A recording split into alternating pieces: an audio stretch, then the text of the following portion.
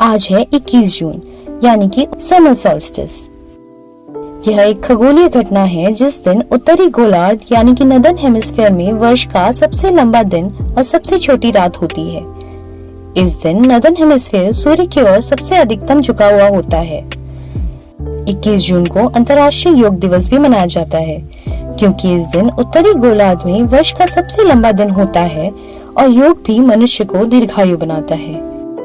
योग से हम माइंडफुलनेस और सेल्फ डिसिप्लिन भी सीखते हैं जिसका हमारे आध्यात्मिक विकास में एक विशेष योगदान है। संयुक्त राष्ट्र के 177 सदस्यों द्वारा 21 जून को अंतर्राष्ट्रीय योग दिवस को मनाने के प्रस्ताव को मंजूरी मिली। भारत के इस प्रस्ताव को 90 दिन के अंदर पूर्ण बहुमत से पारित किया गया, जो किसी प्रस्तावित दिवस को संयुक्त राष्ट्र संघ में पारित करने के लिए सबसे कम समय है। 21 जून दुनिया भर में संगीत को बढ़ावा देने के लिए हर साल 21 जून को विश्व संगीत दिवस मनाया जाता है।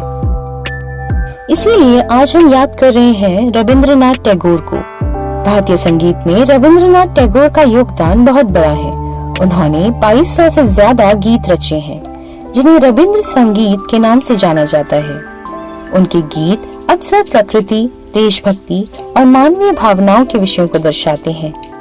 टैगोर की संगीत विरासत विभिन्न पीढ़ियों और संस्कृतियों के लोगों को प्रेरित करती रही है।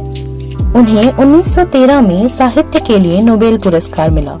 वे साहित्य के लिए नोबेल पुरस्कार पाने वाले पहले गैर यूरोपीय और पहले एशियाई थे। यह पुरस्कार विशेष रूप से उनकी कृति गीतांजलि के लिए दिया गया था, जो उनकी बंगाली कविताओं का एक संग्रह था। गीतांजलि से ही टैगोर की एक कविता मैं आपके सामने प्रस्तुत करती हूँ। भक्त और भगवान की एकता। हे मेरे ईश्वर, मेरे जीवन के लबालब भरे पात्र से तू कौन सा दिव्य रस पान करना चाहता है। हे मेरे कवि, मेरी आंखों से अपनी सृष्टि को देखने और मेरे कानों के द्वार पर खड़े होकर अपने ही अविनाशी मधुर गान को चुपचाप सुनने में तुझे क्या आनंद आता है। तेरे जगत से ही मेरे मन में शब्द रचना होती है और तेरे आनंद से उनमें गान उत्पन्न होता है।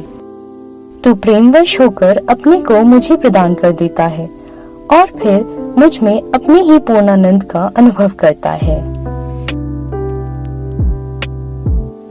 कैसी लगी आपको ये वीडियो मुझे कमेंट करके जरूर बताइए और ऐसी वीडियोस देखने के लिए सब्सक्राइब करके जाइए।